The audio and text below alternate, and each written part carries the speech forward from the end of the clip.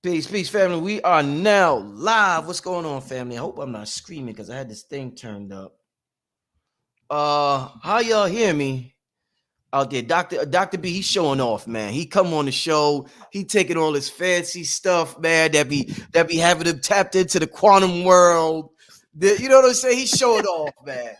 It's the Before we started, I'm like, where my package at, Doctor B? Now he's showing off, man. All right, I hear you, Doctor B. All right. Do your thing, brother. Do your thing, man. gotta Hey, be ready. Gotta be ready for you. indeed, we told y'all we was coming with a part 2 last week. I wasn't able to do some shows in New York. I just came back from New York. My reception was horrible in New York. My Wi-Fi, my hotspot wasn't working. So that's why I just did a couple of lives outside, but I couldn't really do an interview on my computer.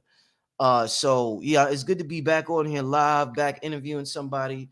Y'all know that's what I enjoy doing, asking questions. So how y'all doing? Let me before we get started, because this is going to be a real powerful show. Let me tell me. I want to make sure y'all can hear me. So let me know if you can hear me. Yeah, they saying you showing off. Yeah. What's up, Alchemy Goddess, Bed-Stuy 187? Everybody in the room, make sure you hit the like button, share the video. I'm waiting till a few more people get in so we could get started. I don't want nobody. We already got almost 1,000 people in the room, only a minute something in. What we gonna do, family? Get comfortable. I love for you guys to be comfortable. The gods and goddesses out there as we get started and as we kick this knowledge, because knowledge is supposed to be, something that we enjoy, not something so stern and serious as we were taught. So yeah, get comfortable. I'm gonna get to a few ads and then I will be right back, family. Hey there! Had a bad dream? I have dreams too. Some parts are scary and some parts are fun. Always remind yourself, it's only a dream and everything will be okay. I had a dream about being in a forest too. Check it out, my pet Petey was with me. Order your copy of Kayla Petey and the Forest on Amazon today. Brooklyn, New York, are you ready? August 27th, King Simon will be there. Etoy Hairston will be there. Alison Nebra will be there. Lloyd Strayhorn will be there with special guests. Sister Cafunia Ife will be there. All happening at Nicholas Brooklyn Mini Workshop. Text now, call now to be there. Hey, this is King Simon, the International Numerovator. Remember, get all my books on Amazon or go to Linktree/King Simon, the Numerovator. And remember, don't forget to book my sessions at 347-496-1022. Book now. All right. Shout out to King Simon. Yeah, y'all really like this hat, right? I seen that some of y'all been commenting on the hat. I got this from Etsy. You could go to Etsy, ETSY.com. I got it from Etsy.com. I forgot what I might have typed in occult hats or cultural hats, but you could get it on Etsy.com if you are interested in this, or they got some real cool hats on Etsy, so y'all could check it out there. All right. I guess it's time to get started. Dr. B, welcome back once again, my brother. I'm honored to be here. Thank you very much for this opportunity. I'm grateful. Indeed, man. Yo, brother, since I got introduced to you, man, we done made history together, man. We done did some amazing shows. We touched thousands upon thousands of people. I mean, yeah, man, this was definitely meant to be, man. This is definitely this connection. We both musicians, music producers. We got projects coming up, man. So it's just been an honor working with you so far, my brother. And the same here, when the waves, when you excite those waves out there enough, something happens and there's the particles come together and they matter. And this is something that has been happening for a long time. It's just happening again in this wave. Indeed.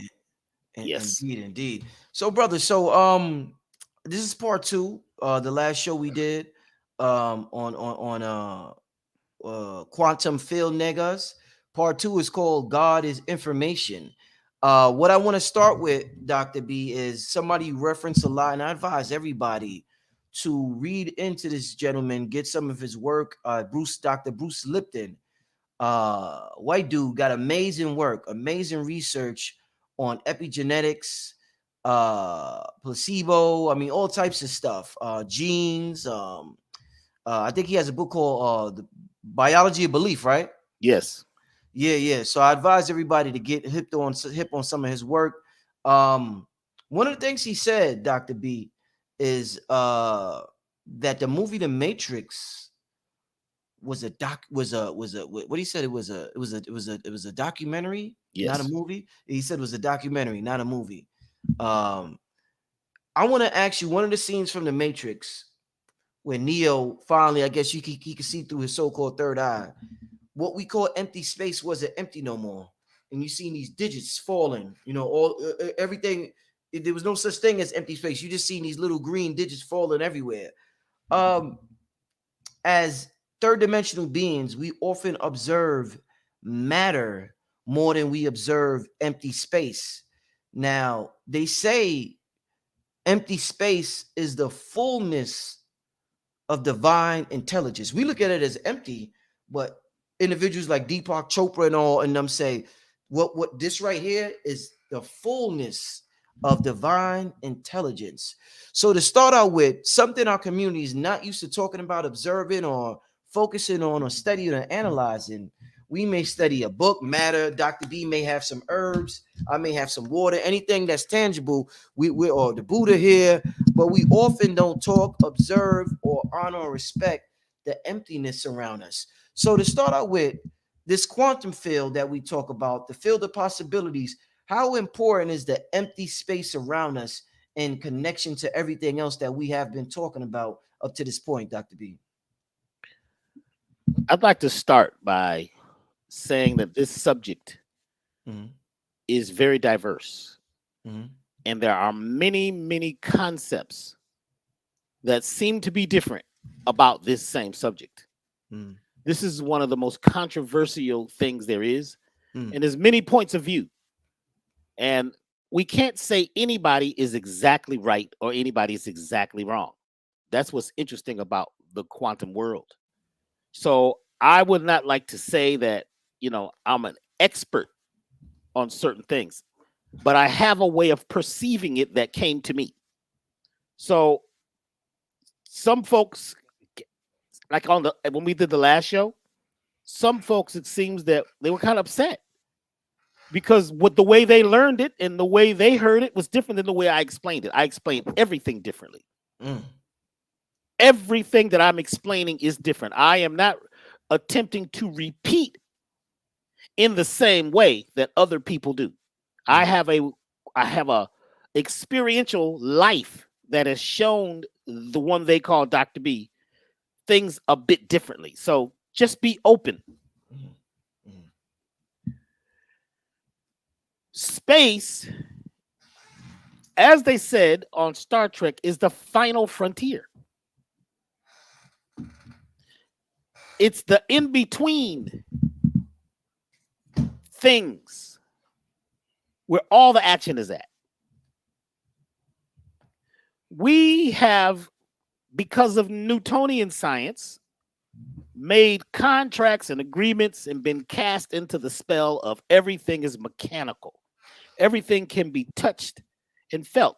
But at the same time, when you realize that the spectrum that we can even feel, touch, hear, and see is very small. We're locked in, and we have a very small perception of what's happening. And a lot of the ideas that people have about what's happening are theories. They're theorems. They're dreams. They get stuff off of walls, and they look at what the ancients may have said. And there's so many different viewpoints on what is space. Space is not space that's empty. It's a place where everything is happening at one time. All potential is in this space that we perceive as nothing, but technically the nothing is the no one thing. Grandma said, "What you been doing, boy?" I said, "Nothing." What I mean is I've been doing no one thing. I've been doing a whole lot of things. Our perception is so small. And even our vision of sight, what we see, we don't see what the bumblebee sees. We don't see what the butterfly sees or the bird. You know, we almost on an egotistical level want everything to be the way we think it should be. That's huge ego. We think we know something. But then there's a science called epistemology. Epistemology? Epistemology. Okay. I looked this up. I was like, well, what? This is the study of the limits of knowledge. Now, see, right away you stop. Wait a minute. The limits. The study of the limits. How do you study? So in other words, it's where do we stop? Where does our knowledge stop? We haven't been here very long. You know, the subatomic microscope, and now they got the new, what is it, the Webb, what's the new, the telescope they just opened up? James Webb or something? James Webb, oh boy, they're starting to see, and it's looking at the infrared, you know, we're children. We're not even in, we're just barely in preschool. But our ego and the ego of the scientist, which all disagree, agree to disagree about almost everything, will give you knowledge, and then your teachers are teaching you what they think they know and making you repeat it over and over in your head so it becomes cast in your head as real. For instance, I remember in high school, you know, I went to class and it was the new math class and it was pre-algebra. And I asked the teacher, I said, well, when are we going to do algebra? He says, well, this is pre-algebra. I said, well, what? This is not algebra. He says, no, it's pre-algebra. I said, so it's not algebra. So it's really just math that we already did. He says, no, it's pre-algebra. It's really important. I walked out the class and said, I'll be back when it's algebra. What is pre-algebra? You're preparing me for, are we going to be doing any algebra at all? If we're doing any algebraic equations, then it is algebra. But they like to divide things up because most things are based on commerce. It's based on business. It's based on giving you things to keep you in or on a certain channel or in a certain field of knowledge so you can be used. So that you can be used for money, for energy. In the Matrix, the people were in a dream world that was created for them, and they were actually in tubes. The actual people were in these tubes, and there was this black fluid coming from them. That was what? That was the energy, the electricity coming from the people that was used to what? Be the battery or the energy for the Matrix. So a lot of us are in a tube, even in our mindset. And our ego has said that this is it. But we're being used for electricity for other things. The bottom line is what I have seen and experienced with my own experience is that in the space, there is nothing but opportunity. It's potential energy. It hasn't collected itself together as this or that. It's waves waiting to happen. The dark matter, is waving to you, giving you waves. When we got to the lab, and I was in the UCLA one time with the scientist, and he had this huge microscope, man. This thing was big, man. It was a couple stories high. And he says, look at these cells. And we look at the cells, right? And we bring up the magnification. These were like human cells. And then we got to a point where we're past the cells. I said, well, where are the cells? He said, well, you're in between the cells. You're in the space. And he says something interesting. He says, most of the world is 99.999% space. There's more space than anything else. But we've agreed that things are solid. But the Kung Fu master knows that things are not solid. The Kung Fu master can take a brick, a cinder block, and break it. When I took one of my classes, you know, we had to break this piece of wood that was almost unbreakable. And I'm going to show you something that's interesting. We had done this class, you know, this was in, you know, the study of the cosmos and the study of the mindset and, you know, about metaphysics, and everybody was trying to break this wood, and they kept talking about the wood is easy to break, but nobody could break it. But there was one lady in the class, and she was in a wheelchair, and her hands shook constantly through the whole class. You know, they pushed her around, and, you know, she seemed to be frail and weak. And at the end of the class, they held the wood up. The lady stood up, and she took a breath, and she stopped shaking. She closed her eyes. Bam! She broke the wood. What?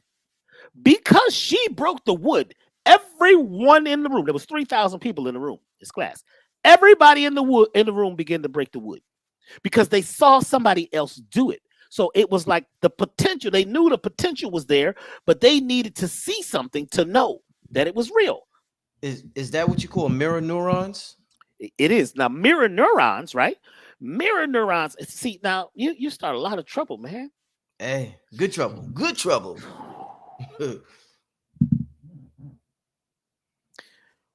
We are modeling.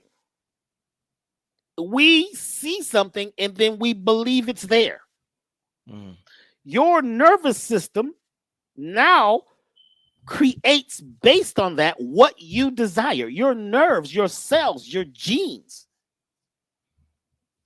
When you see something being done for the first time, then all of a sudden it's not impossible anymore. Mm. When I produced this record that became one of the first hip hop records to go gold in Southern California, everybody began to do it. Before that, how come there was no young black record producers? Mm. And this is another thing that gets to my nervous system sometimes. We always talk about the first black. This is the first black person to do this. And we get a lot of credit. They say, why do we have to say anything about the first black? I agree. Because you don't know if that's the first black or the first white. You don't know when the first begins because somebody gave you references for everything. Nobody told you that you could change everything and you could manipulate the waves in this web, the World Wide Web, the universal web, to create particles, to create what you call life, or to create material things. Because the space, right? It's the place where these waves that are just potential are waiting for someone to observe them. Once they are observed, and it's just not seeing them one time, but sometimes we got to see something and do something over and over. It's the repetition of those waves that cause, or because thoughts are waves, so it's the repetition or the behavior over time. Well, time is another thing that's interesting, that actually causes the waves to condense together and create particles or things. The matrix, right? It was numbers, ones and zeros. Everything on your computer is all ones and zeros. That's all it is. It's two numbers. It's just the way they're configured. So you have off, on, That's the same thing as Morse code. Dots and dashes, off, on, off, on. Somebody has to sit there with the mindset, with the creativity to cause something to be. This thing is caused by the thoughts, the collective thoughts of everyone, not just everyone.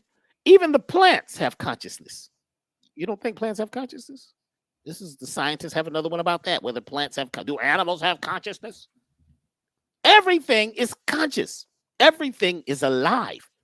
But it's disrespectful for us to say what is life, what is not life, knowing that you can't create energy and you can't destroy it. So everything is energy. Everything is vibrating. It is about the way we see it. When I had the out-of-body experiences several times, some were on purpose, some were not. I saw everything from a whole nother perspective.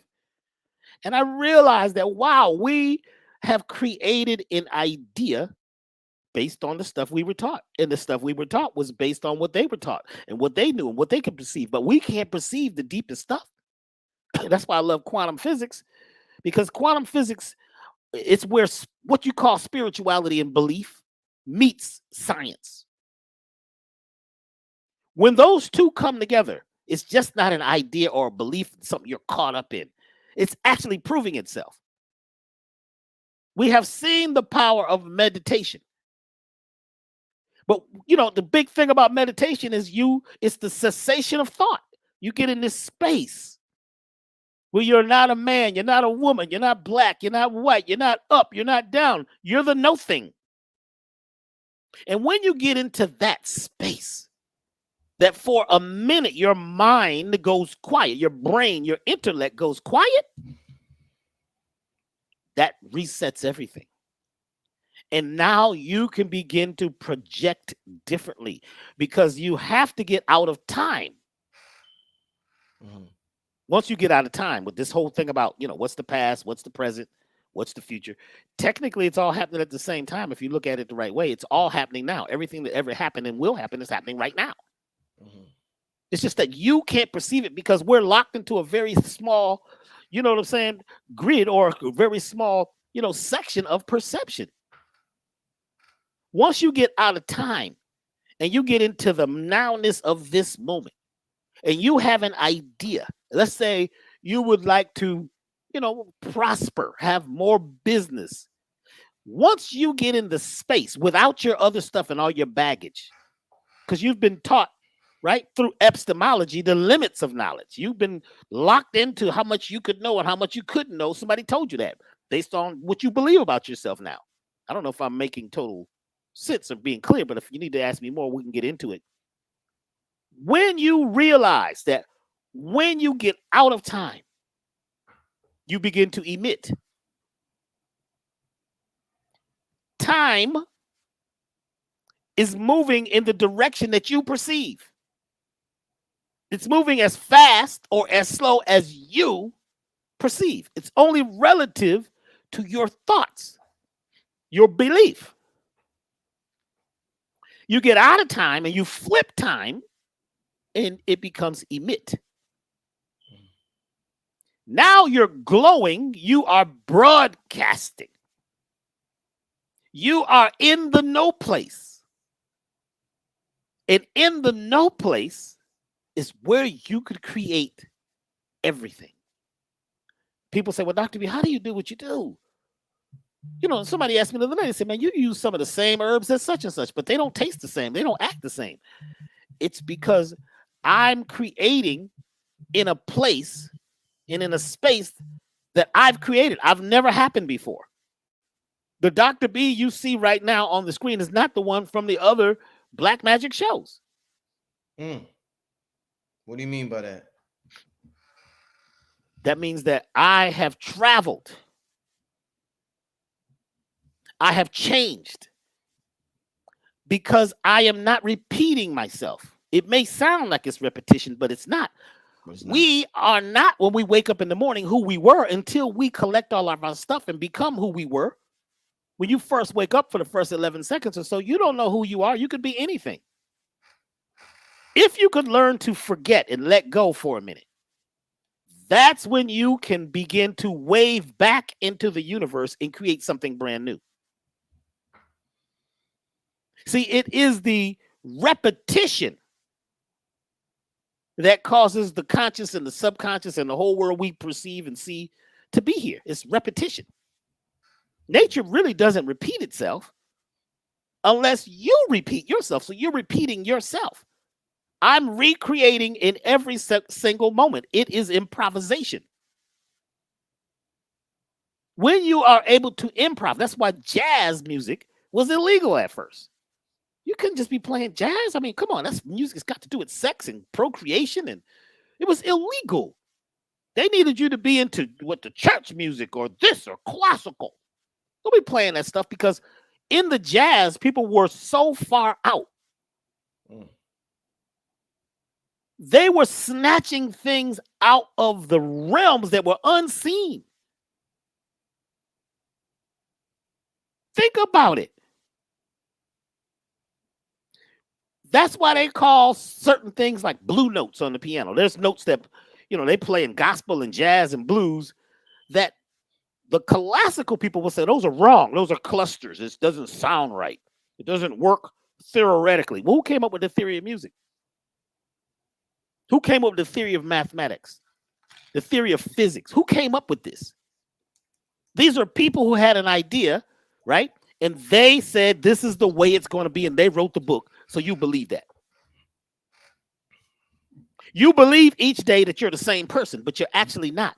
You're not the same person you were 8 years ago because 7 years ago, right? It takes 7 years for all your bones and nerves and everything to renew themselves. Everything renews itself in 7 years. So how are you the same person? You have the same ideas and the same ideals and the same thought process, maybe. Even that has changed. How many things have changed in the last 3-4 years about life? How many things have changed? Listen, they in the last 10 years have found 3 organs in the body they never saw before. Thought they knew everything. What are they looking at on the x-ray? There were things they couldn't see on x-rays. There's things they don't understand. There's people who they thought were dead. They're putting them in the casket and they get the, let me out of here. What do you mean? His heart was gone. He's dead. No, he's not dead. Because the perception of life that we're given is based on stuff that was given to you. It is the limits of the knowledge of what life really is. How does a heart beat that many times? If you took all your blood vessels and put them in the end, man, they will wrap around the planet. Somebody said they'll wrap around 2 times. I only know about the 1 time. Just that's enough for me. Yeah, for real. The heart pumps, boom, boom. And it pumps the blood around the world. There's no machine that can do this. No. And it comes back. How does that happen? Now they realize that the heart also is a gland and makes hormones. And they also realize now that the heart has energy that can project as far as you can imagine. They now realize that the heart is a brain too. Yeah. There's neurons in here. There's neurons. Whenever there's neurons, that's brain cells.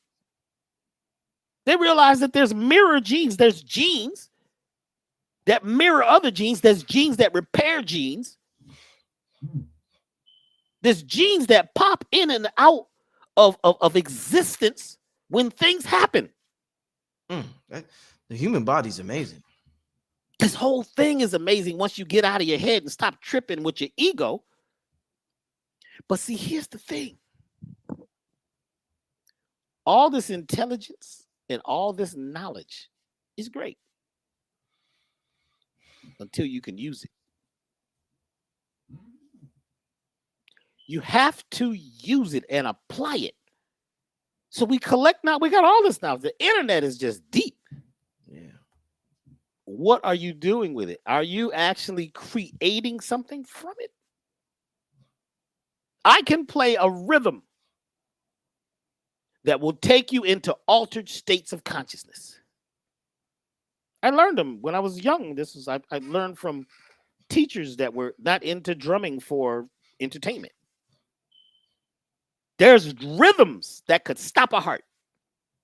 There's drum beats that could change everything about you.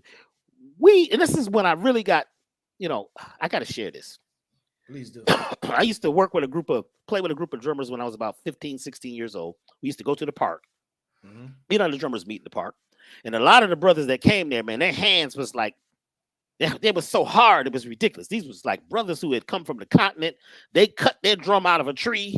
There was this one guy, and his name was Chief Bay, and he could make 142 sounds on one drum.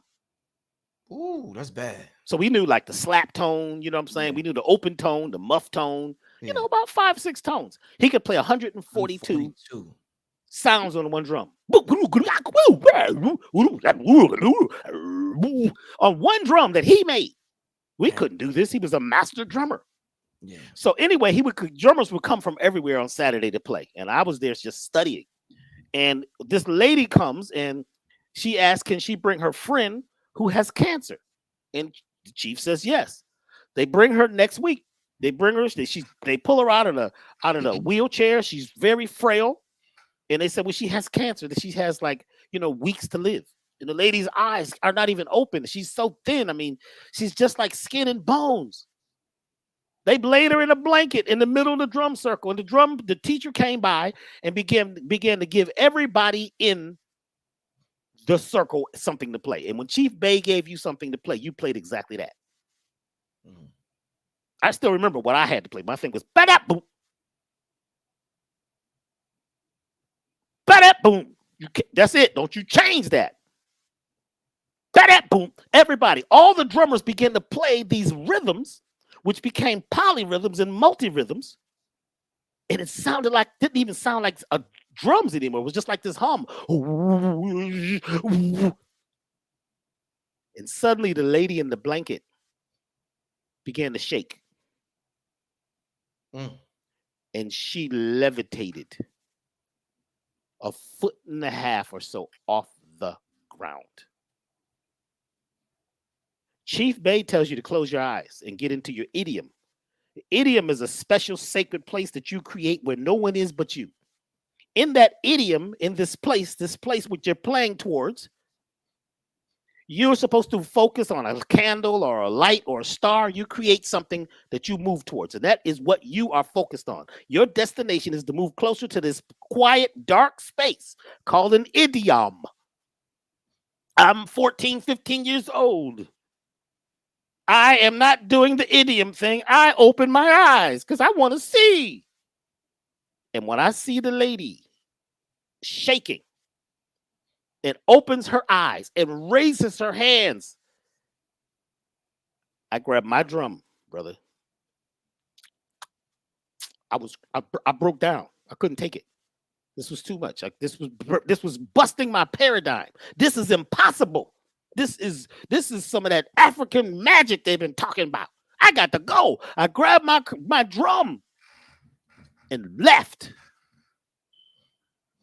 It was on the news 2 weeks later that a lady had a spontaneous healing from cancer and would be going back to school to teach in a couple weeks. It was in the newspaper.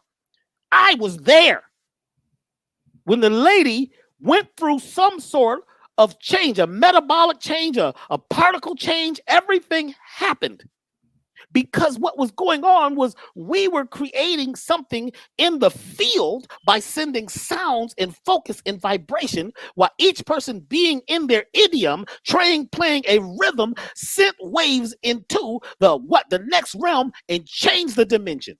And in this other dimension, this lady was healing from cancer. I left. Now, I got to give you this next piece. I never wanted to play with the African drummers again. Oh, heck no. I even went over to my grandmother's house and started reading her Bible with her. You know, I'm like, this is it. I'm done with all this Africans and all this stuff. I'm from Connecticut. I can't take this. This is too much. This is crazy. Science fiction. It was real. So about 3 months later, I was, shopping, and I see the chief, and he walks up to me. He says, "Brother, I see you left suddenly." I said, yeah. I can't even look at him because his eyes are bloodshot red. You know, Africans with the bloodshot red eyes, you know what I'm saying? Fingernails is weird and long and curved like claws. You know, he's been playing the drum so long, his hands like hoofs. I can't look at him. I said, "Yes, sir." He says, "Well, I'm glad you left because it wasn't time for you. Because you are not a regular human being. You are not from here. And that was for you to get an idea of what is possible in the field of possibilities." I'll never forget this. Where I am from, anything is possible. The village next to where this guy is from is where the brother created the first cell phone. That Motorola came, he disappears, and suddenly we got the flip phone and this phone and that phone, Motorola. That's where the coltan that's in the soil that these people are digging, which makes the cell phone work. Right. The man, my chief, said, where I'm from, we have a mineral in the soil. That's why our shoes are off, so that we can teleport. This is the village right up from where the coltan is now. They were tapped in because there's minerals in the soil at different places that actually can help you in different ways because they're connecting you. See, minerals are alive. They don't think minerals are periodic table. You don't think they're alive. Well, if they're not alive, why are they measured in light? You tell me why those substances, gold and, why is gold measured in light? Why is iridium measured in light? Platinum. These are light frequencies. And what's really interesting, the monoatomic elements are in the middle of the table, the periodic table, and they make an L. Iridium, rhodium, platinum, gold, the monoatomic ones that are in this world and also not in this world, I'll make an L. L is the angle of the way light spins when proteins are good for us. L-phenylalanine, L-lysine. When you're tapped in and you've let go of this world, the rest is up to you. Once you let go of all that you have in your head, because some of the quantum stuff and the science, I can't explain it to you. Right. People say, well, Dr. B, you're not saying, he wasn't saying that right. He didn't pronounce it right. Well, get out the room. I'm telling you what I know. I may not be able to explain it in a way that you can understand it, but I can show it to you. Seeing that drum, that what happened when we were playing drums changed my life. And I began to hear, as I'm reading with my grandmother, the same stuff in a different way. And then you go to all your holy books and it's all kinds of stuff and it's about the potential that's out there for you to use. It's a potential in a space that some folks would call the God. That's the godness. It's waves. You can't touch it because it's not physical. It's waves. And when you are able to focus in an idiom in a place and have a space that you're moving towards a destination, and when that destination is clear, and when you are without all that other stuff, and you have created a thing called displacement, you've got to put things outside of you, right, to create a bubble of existence in you when you're so focused and you're so clear on the nowness in this particular moment that everything begins to fold in and create based on how you project yourself into that space and choose what you desire. How do I know it? Because after that thing happened, I started doing things that were impossible. You know, I was actually at the auto shop today, get my car, worked on, and the guy, everybody's got an attitude in it. They're mad, there's smoke, and the cars are on. I'm trying to figure out how these people do this all day, right? I'm trying to breathe carefully so I can get out of here. And all of a sudden, this song comes on the radio. Your love is a supernatural thing. And the guy that's helping me, he had an attitude at first. He starts singing to me, man, I love this song. I said, sir, do you know? That song is the first song as a musician I played on. He said, what do you mean? I said, I'm a percussionist. I played the congos on that song. Check this out. Benny King, supernatural thing. He says, wow, is your name on the record? I said, no, my name's not on the record, but I was a child and I played. And that was right after. I want you to check me out now. That's after this thing happened to me in the park. I decided I wanted to play just R&B music, something safe, just jazz, something I could deal with. You know what I'm saying? I don't need nobody being healed spontaneously. The stuff's going to come out the wall. And, all this stuff comes in your mind and becomes fearful because you don't understand it. When you believe in things you don't understand, then you could suffer. I didn't understand that, so I ran from it. I ran from the unknown. I wanted to deal with something I knew. So somebody asked me to go to New York and to do this session. It was my first professional recording session. Well, actually the first record that I ever was able to play on. Check this out. When I was in the session, the man pulled out sheet music and he said, this is the bongo part. This is the conga part. This is the kunga part. This is the tamba part. This is the quinto part. This is the cowbell. This is the woodblock, all on the sheet of music. I couldn't read a bit of that music. I have no idea. Still don't read music to this day.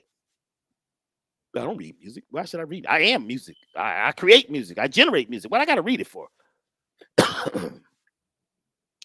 I tell them, the guy says, are you ready? He pushes the button. Are you ready in there? I said, I'm ready. And look at the music, right? My eyes, I'm about to be fired. Excuse me. Because I don't read the music. I put my hands on the drum. I create an idiom, a dark space where there's nothing in it but a candle. My thing is the candle. and they play the music, and my hands start moving. Doom doom doom doom doom doom doom doom doom doom doom doom doom. Cowbell, go back, go gang, go gang, go gang, go gang, go gang, go gang, gang, gang, gang, go gang. Quakers, cook-up, cook-up, cook-up. I did all the parts. Afterwards, the guy, the producer, the guy who did the composition, who wrote all the sheet music, they came out and they were like, "Oh my God, that was amazing! That was amazing! That was great, man! Where you from, man? You're just a kid." And the guy who wrote the sheet music is looking at me. He ain't really all that excited. He says, "I want to talk to you outside." He says, "What the hell was that?" I said, "What do you mean?" He says, "You didn't read my music." I said, "I don't read music. They didn't tell me I had to read music. I read the universe. I read the idiom." He says, "What?" I said, "I created something from nothing. Now, if you don't want to pay me, cool." Guess what? I didn't get paid.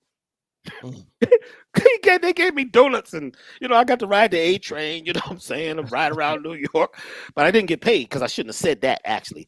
But I was using the stuff that I got when with the drummers were creating a different state, moving to another dimension.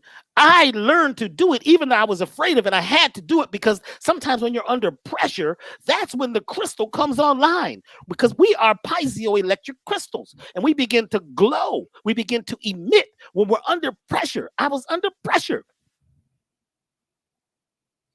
And the song was "Your Love is a Supernatural Thing." Y'all look it up.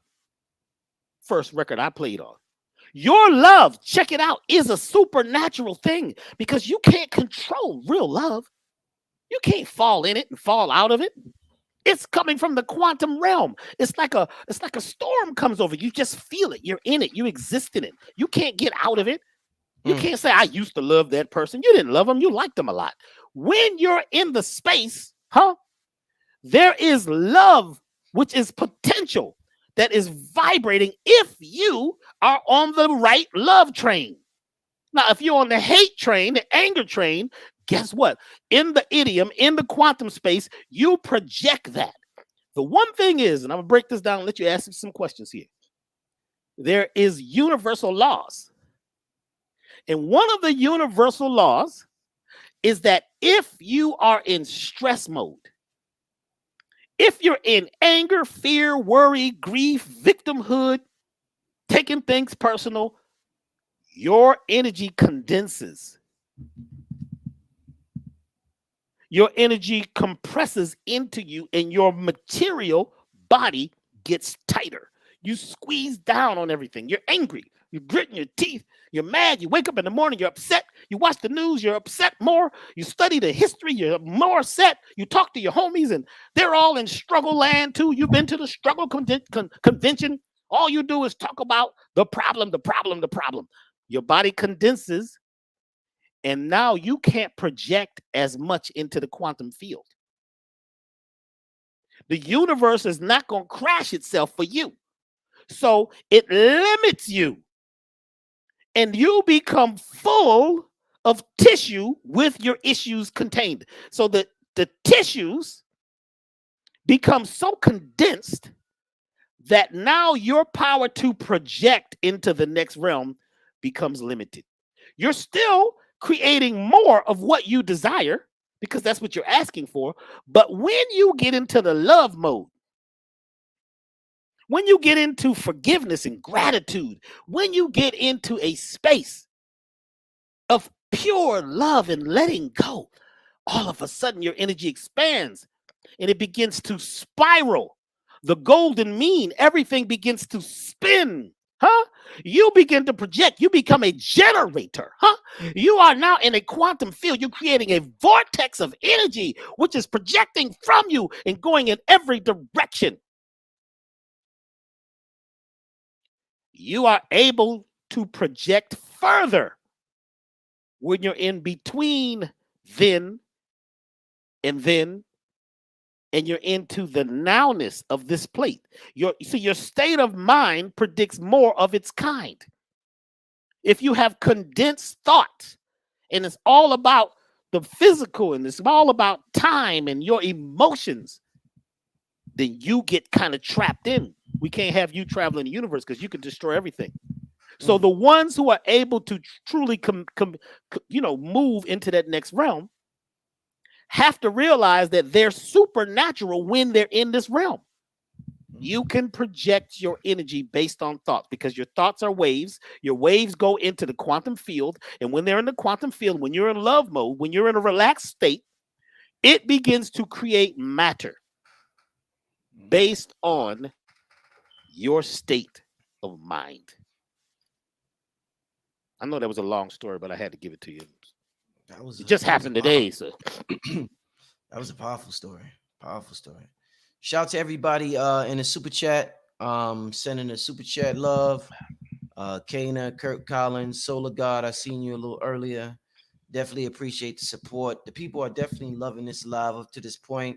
I'm with Dr. B family. We're probably going to be up here for another hour, so continue to stay comfortable. I mean, this is wow. I mean, I'm thoroughly impressed every time this brother comes on.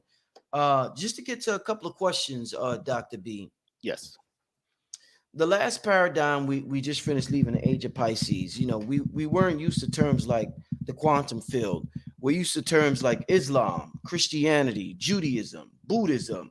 And within these religions, we have entities or deities that we pray to, that we worship, and that we ask for things when we want things to manifest. Now, it seems with the quantum world, you don't pray to the quantum field, you command the quantum field. Now, coming from the old paradigm into this new paradigm, that seems arrogant, that seems cocky. How can I command something that, like most people, we're so used to, please God, please Jesus, or please Buddha, please Allah, please Almighty. It could be Osiris, who gives a fuck? Let's say Osiris, please Isis, please Osset, please Asar, please give me some money so that I may take care of my family. How effective is praying and asking for things in the quantum world versus commanding?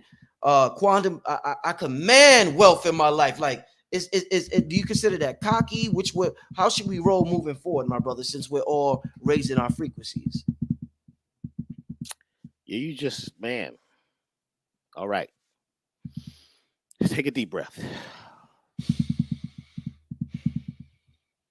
If you would like to keep the domestic animals in a place, you have to give them something to focus on. They're waiting for the farmer to bring them hay.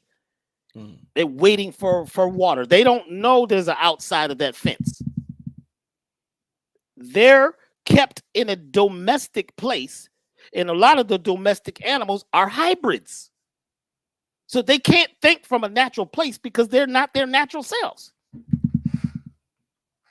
Because they can't tap all the way in to the dark field, the dark matter, because they were put together and domesticated to do work for someone else. A lot of these deities is what people came up with because they didn't know how to explain certain things at certain times. So they came with something to focus on. And if you believe that thing to have power long enough through what repetitive rhythm, through that over and over and over loop, you give it power. It becomes real. A lot of times it's not a physical real thing. It's an egregor. An egregor is an idea that you have given life to. It becomes alive for you. Do these deities that people talk about have power? Yes, they do. Were they living or not? Well, that's questionable because you've given it so much power. Now, they go out there looking for the Bodhi tree. It's a thing in India. They're looking for the Bodhi tree. It's a whole area of Bodhi trees. And everybody picks a tree and says, well, this is the one he was at. This is the Bodhi tree. And they sit there and they're praying and they're crying. And guess what? It has power. It changes them because they believe it. They're collapsing the waves into particles. So it's okay. If that works for you, is it causing you to manifest is my next question. You've been doing this thing over and over. Is it changing stuff? When we play the rhythm over and over and over, the ladies, her energy, she no longer had what they call cancer. You change your space based on your mindset. If your mind is set in a certain way, that works for you. These deities were something that people in some places needed. And a lot of the deities, you had to have fear instilled in you to stay stuck in that caste system. It was okay because you needed, when they needed to control a bunch of people to get them all to live together and to believe in this stuff. People begin to cast spells, right? And create stuff and draw these pictures and tell you these great stories. You got all emotional and boom, there it is. It's not that it's bad or good either. It's whether it works for you. Now, I realized that a lot of the prayers that I was taught were begging prayers. Yes. If you're begging for it, you don't have it and have the power to have it. You've given up your power. You're no longer a supernatural thing. You no longer have the love on the vibration to have your own vibration. Create from nothing. You are telling your genes, I am nothing. You're telling your body, your genies, you're telling every cell in your body that you are not enough because you can't walk on water. But you can. You can. If you understand the symbology of balance and homeostasis as symbols. You can't turn one thing from something else. You can. How can you turn water into wine? Well, you get some grapes, smash them suckers up, put them in some water, sit them out, let them be open for a while so certain, mycelium get in there, and guess what? It ferments and becomes wine. They didn't say how long. You didn't ask how long did it take. So you get caught up into this stuff and you're so emotionally caught into what? It's mostly fear paradigms. If I don't do this, I'm going to hell. Well, you're in hell a lot of times. You've created hell on earth. What do you have? What do you desire and what do you have? Here is what I have seen that works. If you're going to desire something, close your eyes for a minute, create an idiom, a space. You're going to need to breathe a lot of times to get there. Certain breathing exercises that shut you off from the world. It brings your consciousness totally online, tells your subconscious to stop recording and stop playing back old information and record new information. This is what certain types of breathing does. And there's other things, movements, that you do in, certain things like Tai Chi and Qigong that gets you into a place where you're the generator, where you're in this place. And now the thing that you desire, I don't like use the word to command it. The thing I use is say that I am grateful for the new house. I'm grateful for the new garden. I'm grateful for the new love. I am grateful. I am great. I'm full. I am full of greatness right now. And I am vibrating at a space and a place that is projecting into the quantum field my desire as if it is now. I'm feeling it because feeling trumps seeing and hearing. Feeling trumps it all. You send and you make these chemicals when you're in this state, and this state, you are the governor, you the manager, you the president. When you're in this space, the body responds by sending out waves, and these waves are going out looking for more of their kind, and it comes and it grabs the particles and says, new house. How big? Don't just say house. Because you could be like my homeboy in LA. He got a house right on the hill that he said he wanted it on, but he can't come down at night because the hood is rough. You better not go down there at night. They'll drag you out your car. I said, well, what happened? Man, I got the wrong house. No, you got the right house. You in the right house. You in the White House. That's the house you wanted. Now you better make sure you in by dawn or the outright. You know what I'm saying? You can't. You gotta be careful what you ask for. You need to make it clear.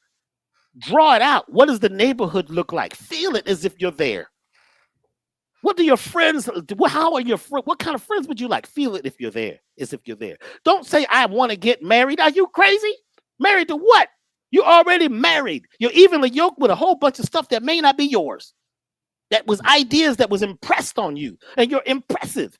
Huh? And you're sympathetic to a whole bunch of stuff that ain't got nothing to do with you. It's none of your business. But you was taught through repetition to believe in this world. When you're ready to leave this world, the next one is up to you. So when you say, I am grateful for the beautiful loved one in my life, but somebody begin to say, boom, if you start getting stuff, that's bad. Now it's like voodoo. He practicing something. What are you practicing? You mean he's doing something? He using cards or some type of whammy stick. That's what people start saying because they're afraid. Your faces be the funniest, man. The faces you make be the funniest. This must be the devil. That's what the lady told me. You must be worshiping the devil. I was like, ooh, the devil. I like that. Yeah, I was sick. I was ill listening to this devoided information, that made me feel what? Devoted to something that I don't even understand. When I started saying, my brother, I forgive myself. Here's a heavy one. I forgive myself, my family, and others for imperfections. I forgive myself, my family, and others for key imperfections, not their imperfections. You want a mantra? Here's a mantra for you all. I forgive myself. Well, for what? You know stuff. You know you did something. Come on now. You know you might have done something that nobody knows about, but you don't totally forgive yourself because it was all based on those beliefs that they gave you. They told you what was right and wrong, what was the devil, what was this, blah, blah, blah, blah. I forgive myself.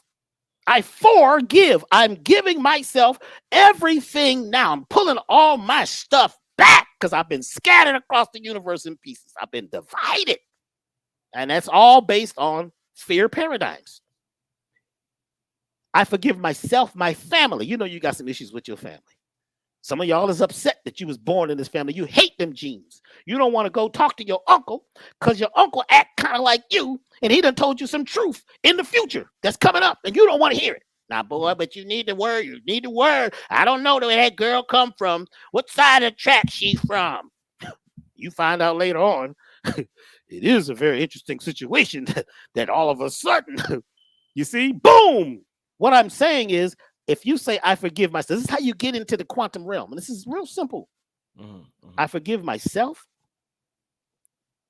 my family, and others for imperfections. You break a spell. It's a spell breaker. Forgiveness.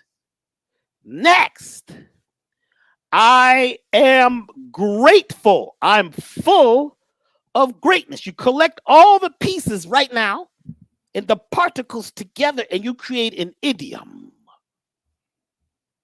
I am grateful for the new car. Now, what kind of car? You better say it, because you don't want just a new car and then the warranty is funny. You got to collect all the information and be as clear as possible. Clear intention. Yes. Elevated emotion. Elevated emotion. In the quantum world, we call it clear channel. You got to get on a clear channel.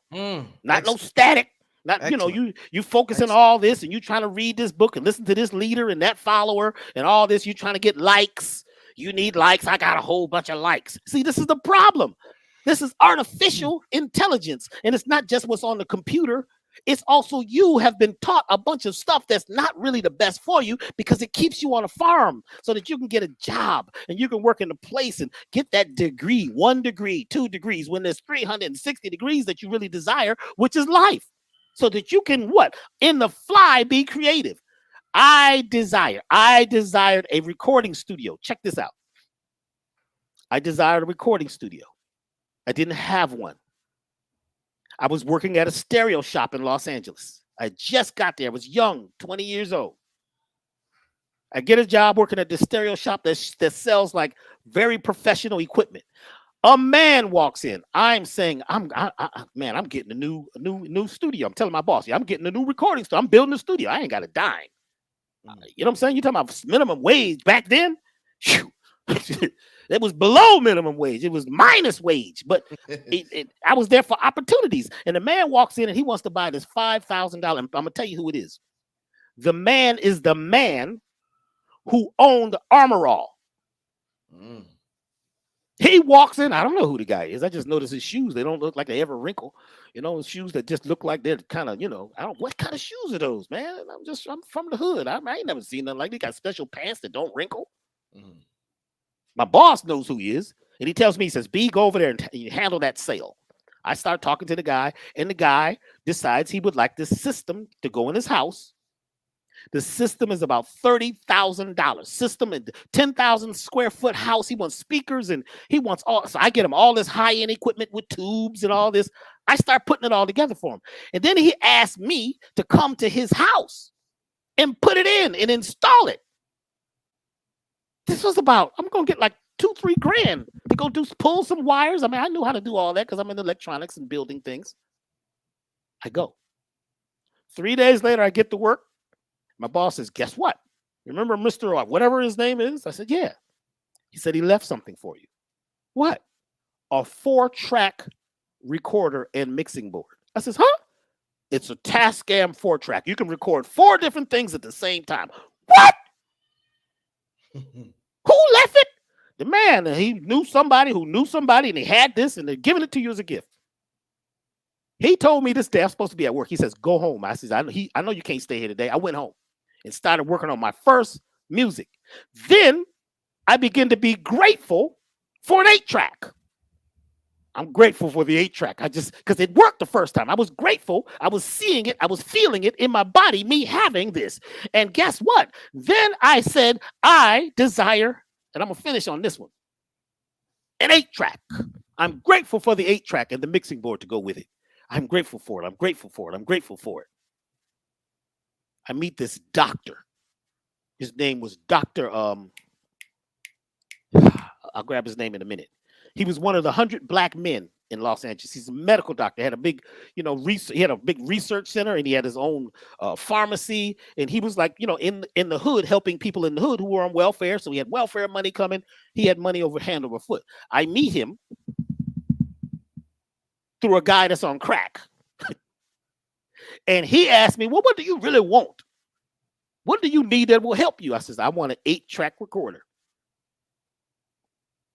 He said, 8 tracks, is that going to be enough? I said, "What do you mean?" "Well, I can record 8 different things." He says, "Is that going to be enough? What if you want to record a band? Ain't it more than 8 parts in the band?" He gives me the money to go buy a 16-track recorder. I get to the place that sells the 16 tracks, and they're pulling one off the truck. And I say, "How much is that one?" They say, "That one is $16,000, but we haven't put it into our system yet. And, was a trade-in." This 16-track recorder was bought from Westlake Audio. It was one of the 16-track recorders that Michael Jackson recorded off the wall on. Michael Jackson and Quincy Jones took 16-track recorders and synced them together through this thing called the link system, which was big back then, to get all these machines to work at the same time together. After the session, they sold them off. This one was bought by Ken Maytag. Ken Maytag's father owned Maytag, and he wanted to put it in a truck. And every time he put it in his truck to do this, recording, the calibrations were off. So he decided he didn't want to do any, remote recording anyway. So he sells it. I'm standing there when it's coming off the truck. I said, and I didn't know the story. I knew I had $16,000 in my pocket, right? And the truck, the lift on the truck kind of shakes, and the machine falls a little bit. And they said, "Oh my God, this one's probably damaged because one of the wheels was crooked now." I said, "I still want it." They said, "Well, we got to fix it." I said, "I'll take it cash right now." I got the machine. My first recordings that became known were recorded on the machine that Michael Jackson, Quincy Jones, Bruce Swedien, the engineer, used to make the Off the Wall album. And it had energy. And I was saying I was grateful. I was grateful for the machine, but then I didn't have no board. I needed a mixing board. I got a call 3 days later. There's an auction going on. Something happened. There's a board. I went to the auction. I was the only one there. I bought the board and began to record based on me being grateful in the moment. When I said I wanted to have a hit record, guess what? Boom! I stayed with it, but it took time. I had to stay in the place. I had to stay in the idiom. I had to keep going back to the African man and how he changed the state along with all of us with drummers by staying in the idiom, staying in the sacred, secret place and breathing into that moment and casting a spell of love, peace, and harmony, and then being patient. Whenever I got into anger, because I started studying a lot, right? And got into all the books about the hidden hand and who was running the world and the secret secrets and the secret owl passage and the island of nowhere where the folks wear the hoods. Every time I got in there, I got angry. I started losing deals. Stuff started going crazy. I had a woman that was crazy. She was, everything started going disagreeable in my life when I started living more distant. I had just proven to myself that being grateful, forgiving my family, and being grateful in advance was working. Being grateful for the thing I desire in advance was grateful. But guess what? Now I was beginning to become a different person and study a bunch of other stuff, which was all disagreeable. And I was mad, especially when I read that book, Murder by Injection by Estos Mullins. Where's it at? I have one of the only copies left. Let me grab it. This book right here. Look at the papers in here. This is from way back in the day. This is my notes. I read this. It pissed me off. Murder by Injection. The conspiracy against the world based on medicine. I got mad. I was angry. Went and bought army boots. That's when I started doing lectures about anger. I was getting people upset about how bad it was and the hidden hand and the serpent of serpents. And oh boy, everything I started losing. Oh boy, I started craving to get high and drugs and this and that. The people I was hanging with, folks was going to jail, stuff was happening all around me. It was like a vortex. My house became haunted. Seems like people would follow me. It was all about the conspiracy. I got caught up in that. And guess what? I was creating more of that. The record deals I were going bad. I signed a deal with Sony Records, which I'm still on today, that I could never get out of because, I signed in the wrong place at the wrong time. When I realized that this all began to change for me when I got angry, because it's okay to get angry, but you got to move out of that and figure out what do you love and what do you desire. You got to become grateful for all the experiences that you've had and realize that those are lessons. They're not supposed to last forever. You're not supposed to live in Pastville.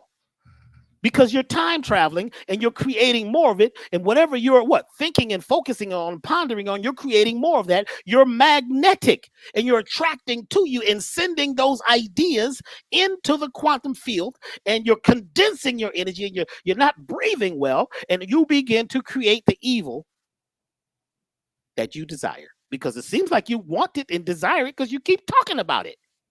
That's when I switched up. I said, oh, wow, I'm haunted.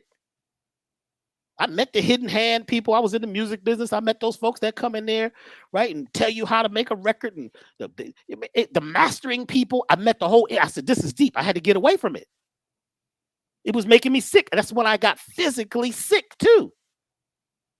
The doctors gave me a very little time to live. I had to walk away. When they told me I had a little time to live, guess what? I went out and started living. Through my phone, I remember off the Santa Monica pier into the salt water. And I walked away from all of it. And I began to go back to my old studies. And I began to breathe again. And remember that I needed to be in a place of gratefulness and be grateful in advance. Because my new thing was not about the music. Because I had made a lot of money in music. Lots. I had after you get a certain amount of money, man, you lose your mind. Come on. Why do you need, what I'm saying? What? I had rims as $50,000. For what? Everything I spent was spending and I wasn't investing because I didn't know how. When I let it all go and the storm came because everybody was calling me. You know, you talk to Russell Simmons. Russell Simmons would tell you the story about how I cussed him out and hung up when he offered me crazy money because it was like, I can't use no more money. I'm sick. I've made myself sick. I can't blame it on nobody. I can't blame it on the devil I ill, and all the different things. I have to take it into myself and realize that I'm condensing my energy based on what I'm focusing on. I am becoming an observer of disagreeableness. And I looked at all the people that was around me, and everything was about how bad it is in the world. I mean, I learned about some stuff that I didn't even need to know about. If I would have stayed in my idiom, guess what? I could create. So then that's when my thing was, I am grateful for my body healing.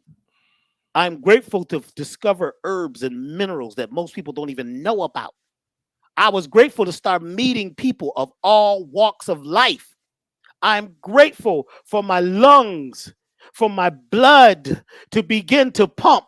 I'm grateful to be well, to be healthy, and have friends in all walks of life, and have homes. I'm grateful for the homes. I could see them, I could feel them, I could hear them. And guess what? The other world dropped away. The industry couldn't find me. Nobody knew where I was at because I was in a sacred place. And once you get into a sacred place, you realize you got to do sacred things at a sacred time in a sacred place. When I set that idiom up, guess what? Music came back. And all of a sudden, boom! All of a sudden, what they said I had, which was some autoimmune system, blah, blah, blah, long name, it disappears. But I ate different. I talked different. I had different friends. I got out of what they call the industry and got into the me-distry. So you got the industry, which is, you know, I'm creating again.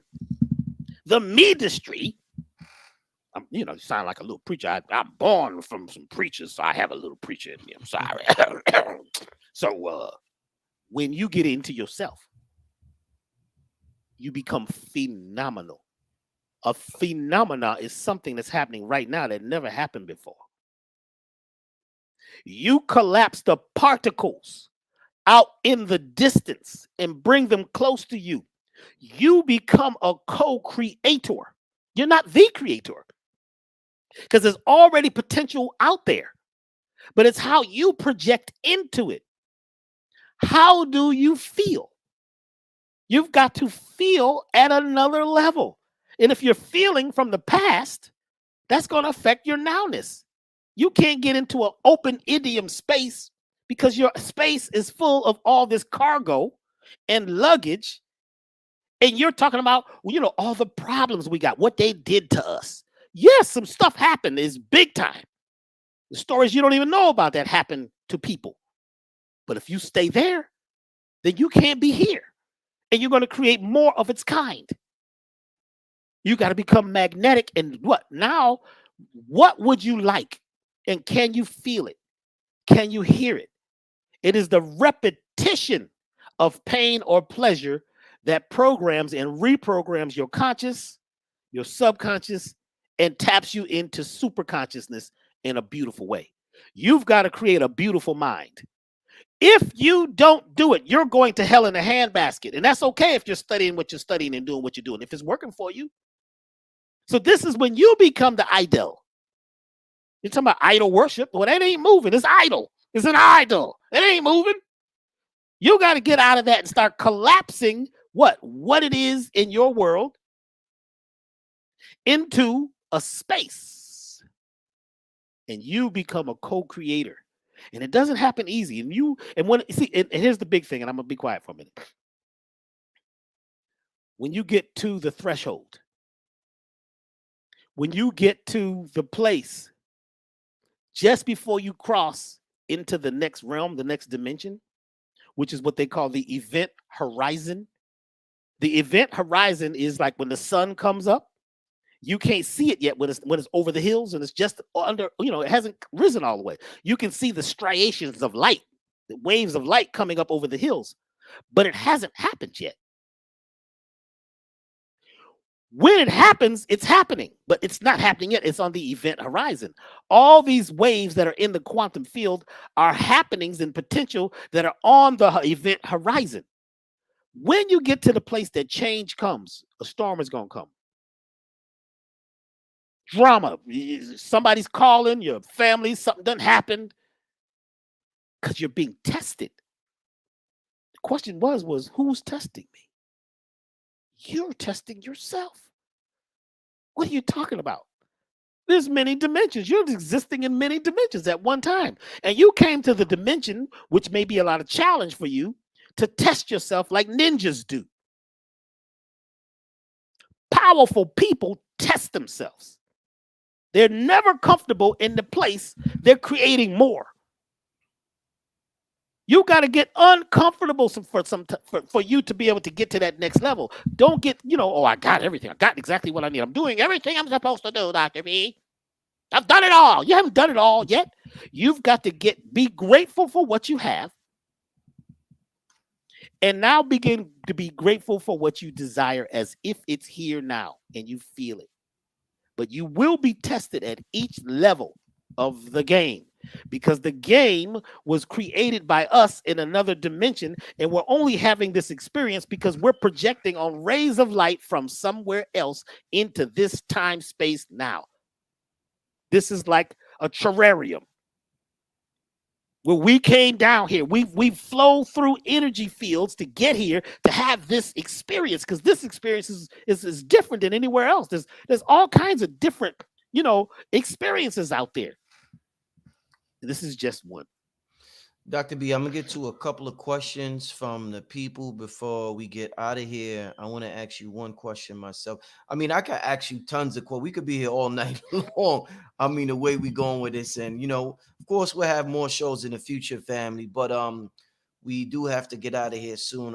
Real quick question before. I see a question in the chat. Marcus, I see a question. I'm going to ask you a question first, Marcus. But before I get to Marcus' question, you talk about this being a game and this being created by us in another dimension. And I know you have had contact with entities, communication with entities. How impressed or unimpressed are they by the design of this game, by the design and of the human body and the technology that we use to navigate down here? Because some people look at this as being a prison for the soul. Then you have some people that look at this as being an absolutely amazing experience for the soul to experience. They say the Egyptians looked at this as prison for the soul, and that they just want to get the fuck up out of here and go back to the stars. So when these entities, are they totally unimpressed by us, or are they like, wow, you guys don't know how good you have it down in that motherfucker? Talk to me, my brother. It's all true. If you feel like you're in a prison, you are. Boom. If you feel like you're in a place of love, peace, and harmony, you are. You're creating it. It is true that since I was a child, I had what you might call visitations. I have seen things that this ain't from some movie, some show I saw.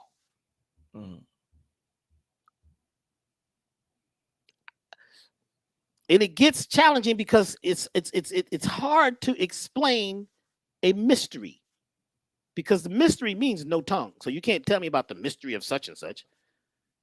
That's why they have these shows, saying it's a documentary on the mystery of such and such. And at the end, they say, well, we don't know what it is. You watch the thing for an hour and they tell you it's a mystery. Mystery means you can't speak it. Entities come in all shapes. We are. You ready for this? Ready. So there's another name that they gave me that I don't utter yet. I'm not to use it yet. I can just tell you that the name means universe. I was told that it's not about me. It's about we. And that I am a universe. And that inside me, there's all kinds of beings. In fact, most of my body is these other beings who have come together to be me. The mitochondria are actual, like, I don't want to call them aliens, But they're free beings that have all come together to be a part of your community.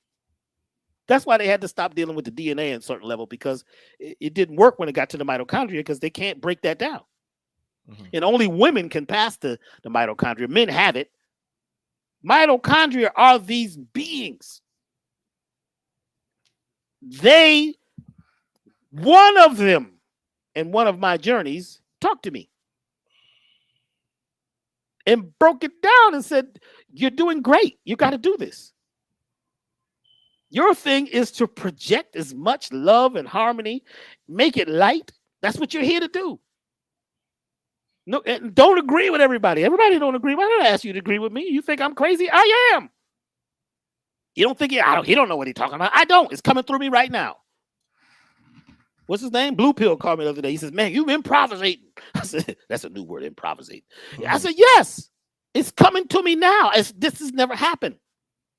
Brother Rich called me today, and I was sitting doing something else I had something else all hooked up. And he reminds me that we projected this to today. And he says, we're going to do it. And the title, I didn't know what the title was going to be till I read it on the internet. I said, what? This man done picked. God is information. I got to talk about that. How am I going to do it? I was worried, man. Oh, my God. Then I said, idiom. Don't be an idiot. Get into the id, which is the beginning, the rawness, the space. And you will create it. They will come through you. You, and all of us are entities. We're groups of entities. Inside us, there's cells. Inside those cells, there's universes. You know, they talk about the Big Bang Theory, right? You know about the Big Bang Theory. They say where everything started was the Big Bang. You ready for this? Yes, sir. The Big Bang is still happening. Your heart wouldn't beat unless there was Big Bangs happening. Your cells couldn't pulse and make electricity. You know, you make voltage unless Big Bangs would happen. You couldn't take light and turn it, the biophotons. You couldn't take light and turn it into energy. Your melanin would not fire. Your eyes could not see. Your ears could not sing unless there was Big Bangs happening. There ain't one Big Bang. It's multi-bangs. And they're happening every single second. We're firing. We are the fire. We are the desire. But as far as the other beings, some of them, they don't care because they're not emotional. They're doing what they do. The tree is not worried about you. The tree is out there. The oak tree is oak tree. And the collard greens are collard greening. The squirrel is squirreling. They stay focused. The squirrels right now are what? Gathering those nuts. You can have an argument and be as crazy as you want. They're beings. They got consciousness too. They look at you like, what's going on with you? You ain't focusing on what you need to be doing? Because they're grateful for the next nut being found. The tree is grateful for finding the next vein of minerals in the water. It's in a space of nowness, and it's projecting and expanding itself in every moment because it's a co-creation. Now, part of this thing, which makes it very, very hard to really break down, is that the tree is conscious and it's having an experience too. That's why you could see it. That's why when your eyes see it or you touch it, you have an interaction with it. And as we said weeks ago, the thing that connects all of this is the mycelium network. That's the life force between everything that helps to create the quantum realm. So these other beings are in you. You are everything. Everything that ever was and ever will be is in you right now. I don't care about your theories. They didn't work for me. What works for me is knowing that I am the Big Bang. You are the Big Bang. We are what? That's a rhythm. That's a drum. Bang. It's a drum beat. It's an orchestra that's happening now. And how you perceive it is up to you. So you know how you said there's not just a Big Bang, there's Big Bangs happening, plural Big Bangs with an S. If we are composed, and Yaki's told me the same thing in this interview we got coming out, if we're a collection of entities inside of us that come together to create a community called this human body, are we, how we say, I am a soul, are we souls Is soul the improper term to use? And I know the English language gets very confusing, but are we souls, and soul is, the wrong word that we're using, since we're all these entities formed into one, like Voltron? So you look at the periodic table. Mm-hmm. Everything on there is measured in light. Mm-hmm. Soul is light. Mm-hmm. Everybody's got light. You couldn't live. Mm-hmm. Everything here is based on light, not the light you see. There's another type of light. So soul is the everything. You've got soul. Look, to show you the power of soul, when we called our music soul music, we had control. Yeah. Then somebody came up with rhythm and blues, and we gave it away. We gave it away. When it was rap music, the revolution of African people, we owned it, selling cassettes out the back of the car. What we do is we give it to these other things and put it into these names. We give it these nouns, which boxes it in. Instead of just being and letting, even jazz, the music wasn't called jazz. The music, it was just called music of the soul, music of the spheres, music of the stars. It was all about, you tapping in and being, see, now we're into competition, which actually keeps us from ever reaching our peak potential. We're competing. You're putting out a record. You're trying to compete with everybody else. You're trying to listen to what they're listening to and use the same sounds. It's easy for somebody to go grab a computer and get some loops and put them together and, make a beat. Yeah, that's dope. I made that. Well, what you did was you took a bunch of things that were already created and put it together and created something else. That's okay. But that's the difference. Now you don't give, as much love to the person that's studied all their life piano or horn. Because if you use that, that ain't hip hop.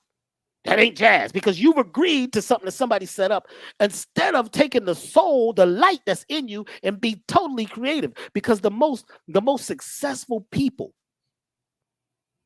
in any genre are very creative, and they're totally unique, and they're doing something that's never been done before.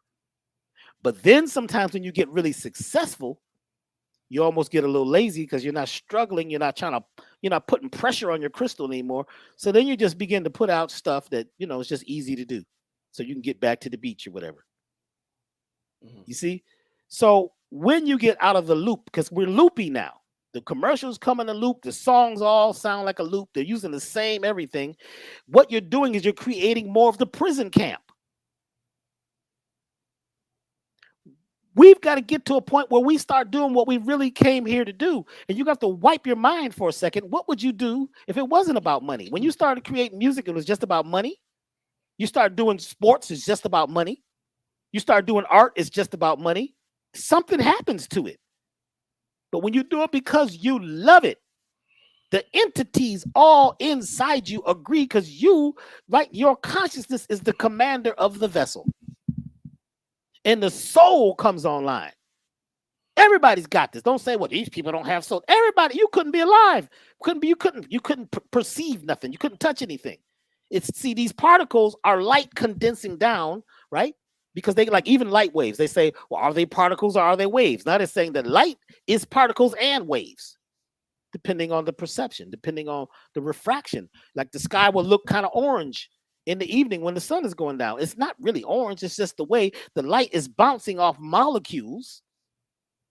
I was at the beach one time and I was talking about how the beautiful sky was orange when the sun was going down. And the lady said, no, what do you mean? It's clouds. It's going to rain. I'm like, it's no clouds, lady. She says, no, it's going to rain. She had an umbrella at the beach. She didn't have it unfolded yet, but she was ready for it to rain. Her perception said she saw rain. Wow. Everybody's having a unique experience because they're different universes that are colliding, coming together to create something different. This is what I am attempting to convey and teach in the classes that I do. And there's certain things that you're going to need to do every day as a habit to get you back to creating heaven on earth. And it's not easy all the time, but it's simple. Because if it's not easy, because you're caught in your way of thinking and feeling, and you've agreed. We think we know all about the Egyptians. You don't know about no Egyptians? What you talking about? Oh, the pyramids. You don't even know what they are. We guess. Oh, we're all in Egypt. It's there's pyramids and mounds everywhere. You could be living on a mound. They're now saying that Atlanta is a mound. It's a plateau. It's flat on top. The only city that's 1,000 feet above sea level east of the Rocky Mountains. It's a very unique place. There's nothing like it. That's why all the companies, they all know. And then, the ocean used to be like 100 miles south of Atlanta. It used to be the ocean. That's why when you go down to certain places, all the crystals are in the soil. And the topography of the land changes. The geology changes because that used to be ocean. This thing is changing. My point is where you stand and where you come from becomes your vortex. Your light is the soul. Now, this is my perception. Spirit is different. Spirit, to me, is your personality. That works for me. It may not work for you. That's your personality. You can change that. But the light that you have, the Big Bang, the rhythm, is in everyone. It's just depending on how it's collected, how it's shaped, and it's that diversity that makes this thing work. I don't need to believe what you believe. That's up to you. When I'm at the college, right, I look up at the name of the person on the college. He got his name on the building. He started the college. Did he go to college? No, he didn't have no degree. Huh? Well, how did he get to college? Well, we liked what he did, so we put his name up there. I thought he owned the college, and he had to have the greatest degree because back in the day, they didn't have no colleges. The colleges started on the continent. They're the only ones that had buildings that you went to. Europe didn't have none of that at that time. Timbuktu, the amount of information, they had lights. They had electricity. You're talking about, oh boy, homeboy, what's his name? They're supposed to have discovered electricity. Edison. He went down and patented the idea.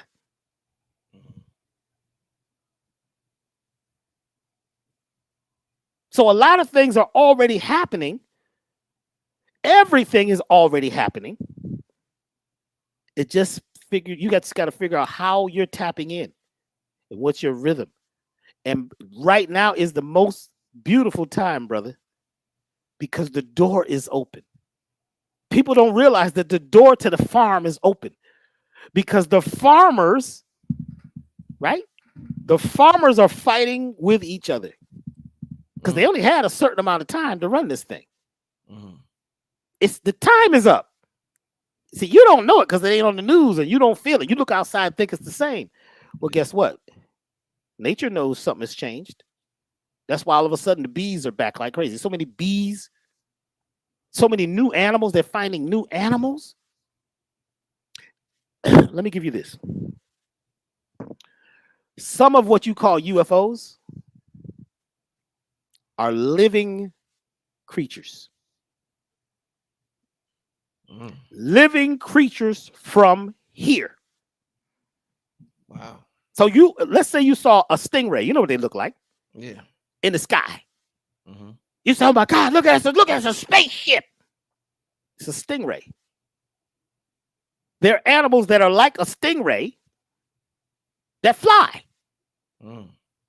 You can't see them because the frequency that they're on and the speed that they're moving at, you can't pick up.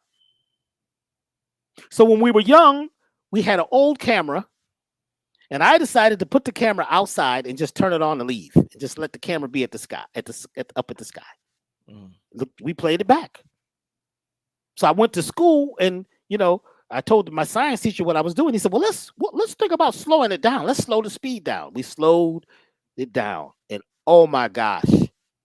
There was things in the sky, beings. There was stuff you could see. Stuff was coming together and forming. That's when I realized We can't see it all. That doesn't mean it's not there.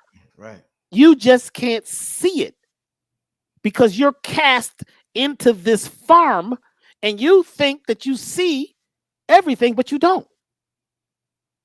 You don't know everything. You don't understand quantum healing. How a person look. Dick Gregory came to me with Luke. He had lymphoma. Told everybody he had lymphoma. They gave him a very short time to live. And he says, B, I need you to meet with me. Meet me with me in Florida. So me and 3 other scientists, we all met with Dick Gregory in Florida, and we had a secret conversation. B, I need you to do this. This guy had this water, right? This dude had this water that he figured out how to make, that he would inject into you. This other guy had this energy he could do with sounds and make things move with sound. You see? And I was there to, as the herbologist, and, we all worked together.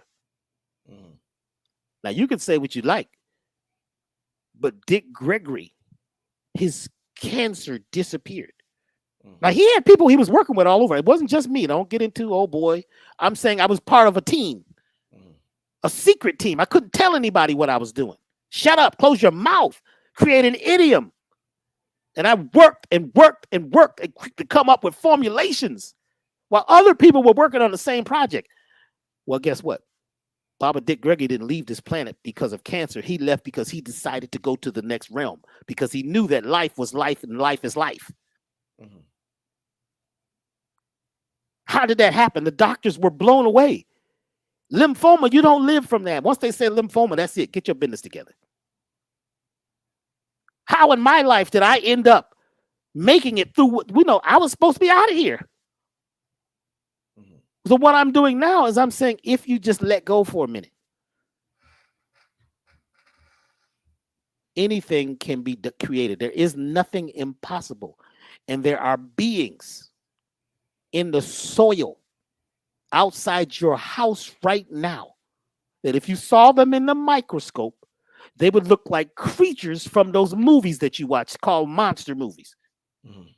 They're tiny. There are beings that's living in you. Some of them are living off of you, called parasites. You want to talk about different things. There's all kinds of things that you don't understand. But what you can get a footing on is the first exo stand. Never mind understanding. Exo means to stand outside yourself and just be what? The observer, and create a sacred place in a sacred space. And we can all do this now because the ones who were the agitators, they're fighting from within because we're in a place and space we've never been before. We're in the unknown. Suddenly the earth is spinning faster. They can't figure out. The first time we were on together, remember?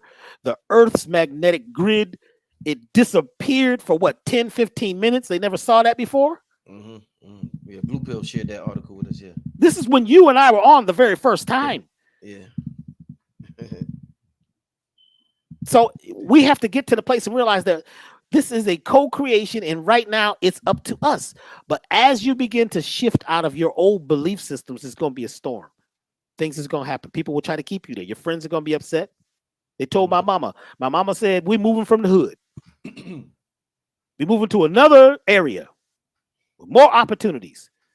Well, my mother's brothers and sisters, mostly the sisters, and cousins and friends were upset. What do you mean you moving? You can't go out there. There's what number of white people out there? There's a KKK. They're going to have crosses burning and they're going to kill y'all. My mother said, that may be so. And if that happens, you'll see us on the news. We got to go. We left. This is the year. Check this out. This is the year that they had forced busing in America. I went to the new school. It was all these white kids. How am I going to do this, man? I'm from a soul school. We be turning it out. You know what I'm saying? Dancing to James Brown in the hallway. I get out here. People is reading Wall Street Journal, drinking coffee. This is in elementary school. I sat there and said, I desire for my friends to be here. I'm grateful for seeing my friends again. And as I'm sitting there, 3 buses pull up. All my friends from the old school have been bussed. I wasn't bussed. We moved. to the new school. We turned that sucker out. They weren't ready for this kind of soul. I was grateful for it. Did I make it happen? No, it was a coexistence. At the same time, the particles collapsed.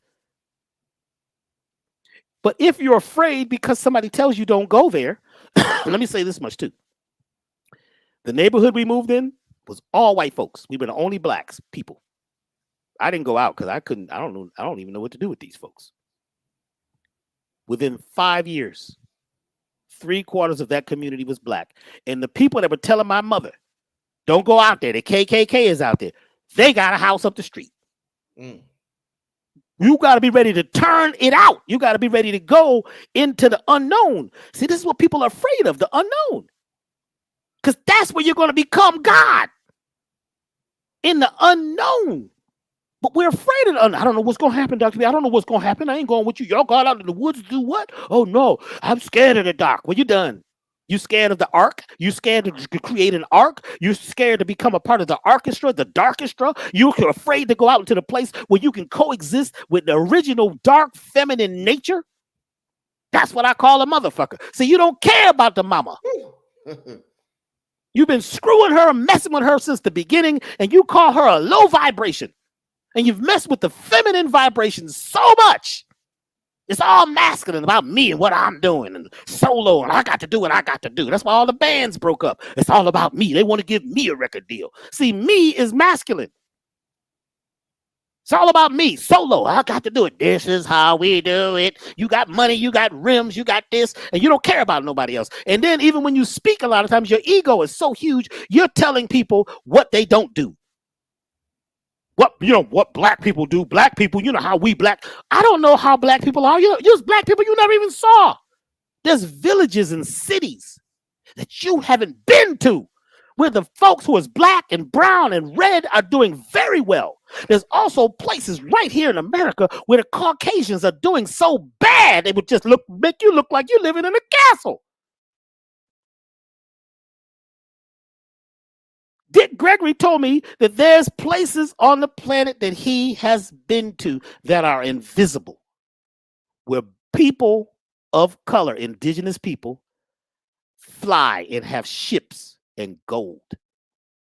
And he said, in order to get there, you're going to need to learn how to vibrate your brain.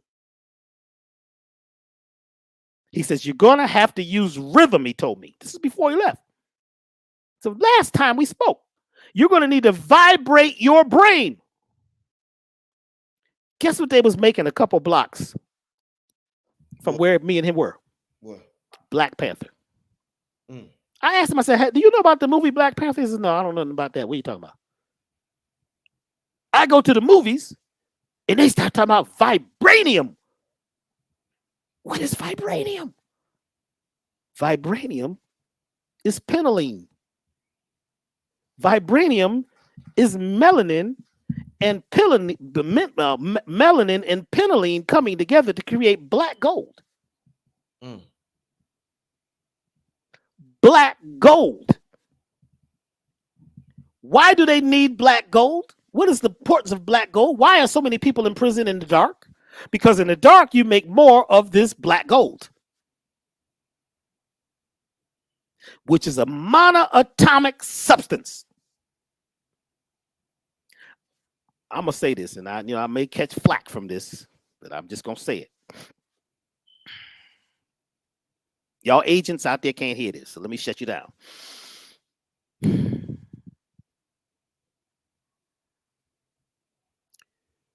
The substance that's in your urine, in the women's menses, is in your sweat, is a type of substance that they use to make the shields on the space shuttle.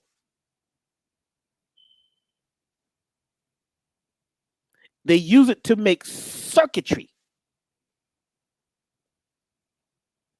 There's a sister that called me from your first show.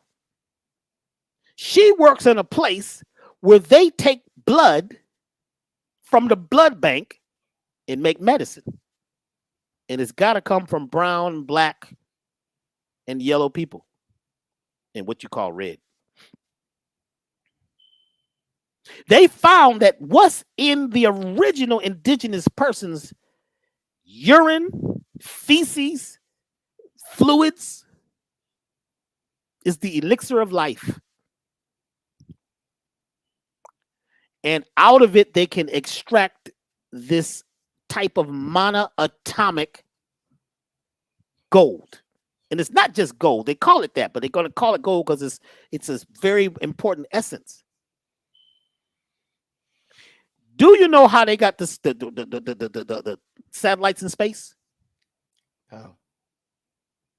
Because every time they send a satellite up, it would burn up. They got a scientist who specialized in melanin. His name is Carol Barnes. Look him up. He's got a book, the Melanin, The Keys to Greatness. If you can find that book, it's very valuable. Yeah, I got that book. This man made a substance, a type of neoprene rubber based on melanin, which no matter how much heat hits it, it repels it. It pulls energy into it, but it repels heat. They wrapped that inside of the satellites, and that's how they got in space. Carol Barnes, a scientist. He used the concept of melanin and what we are to create space travel. Or, not that they're going that far, but at least they can get up there a little bit. Don't think that, never mind, I don't want to go there. So we're being used. They're collecting the urine, feces, the pads. Put your pads in this container. What do you think is going on here? You know how valuable your blood is? They want your afterbirth.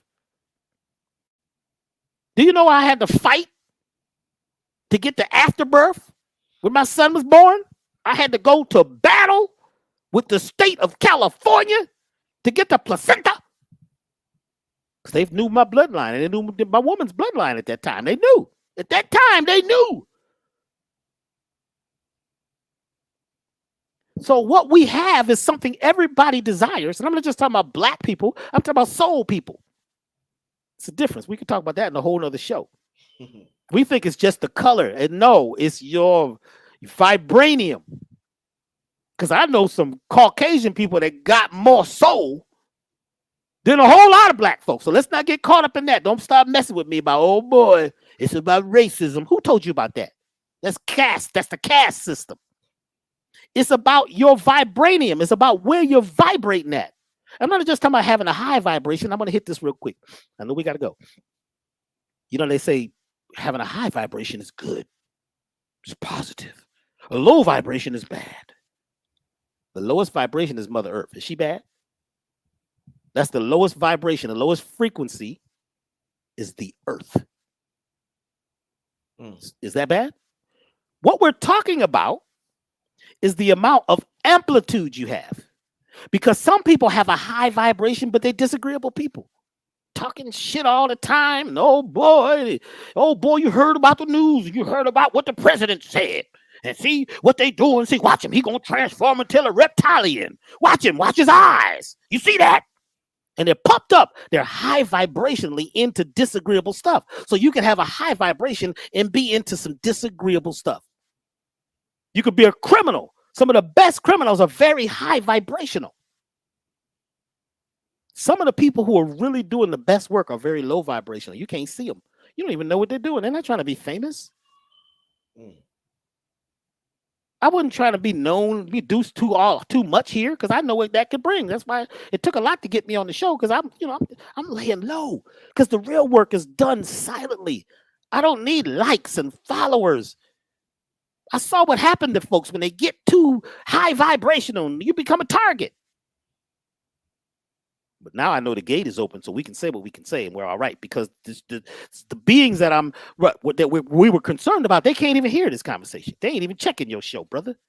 I had to make a phone call and do some muscle testing, some kinesiology, break out my pendulum and everything. Should I be on the Black Magic Show? They can't see the brother. This brother got some cloak. You think you know who you know? Oh, you have no idea. I've done the math on his name. I've done the math on his vibration. That flag that he got behind him, whatever it is, they can't see him. You don't know what's happening under that hat of his. This brother is not really totally here. He can't be seen. He's cloaked himself.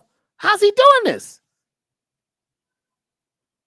So it's best to be down with people or be with people that are either on the same path or they've been there, the place that you desire to go to. You don't want to hang with people, right, who is just, they're all disagreeable just because they're your friends and your cousins and your family, because they're against you a lot of times. Even though they act like they with you, they blowing smoke up your ass. Oh man, you the bomb, man. You was the bomb the other night, man. I said, well, did you donate? What you mean? Yeah, I've been with you since the beginning, man. But did you go to the website elevationtime.com and hit the donate button? Have you ever bought any of my products, purchased anything? Have you ever come to the lecture? You only want to come to the lecture. You want me to send you a free link. I'm your boy, man. I'm your best boy. No, you are not my best boy. You as a Negro. That means your consciousness only grow to the knees. So you can't support. You just want to drain. You's a parasite. Don't call me no more. And I push the button. Block. Man, how you gonna do that, man? That's your family. I'm not familiar with him anymore. You got to be ready to let people go. You got to be ready to walk away from hell. Walk away from Babylon or whatever it is where people just babbling on and on. And if you think I'm babbling, you don't think I know what I'm talking about, then hang up. I'm not asking you to be down. I'm saying that I have some experiences. And this brother, I have love for him. Somebody has said that, well, do you agree with everybody that's on the Black Magic show? I don't know who else is on the show. I don't watch the show. You think I got time to watch this brother? I'm with him. I'm not into, I don't know all that. I'm in a lane. And I am grateful for this space. I'm grateful for all of you who are in this space. I am grateful for all of you who have gone to the website and supported and donated. I am grateful for the events that are happening now. Just keep in mind, what you're calling the enemy now is in you. You got to get the enemy out of you. You've got to detox the old world out of you. We're in a new place.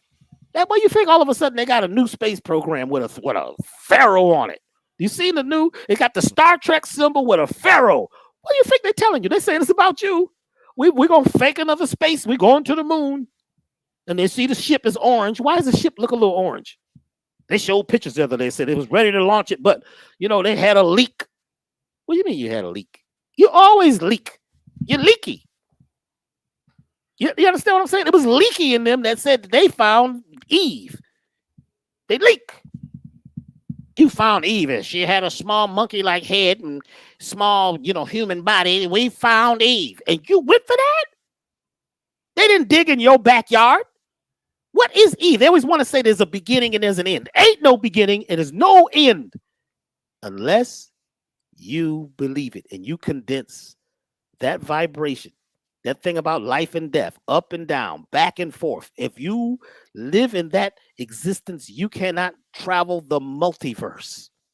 You get shut down because those beliefs which kill everything and stop the whole system, which has been happening forever. There is no one big bang.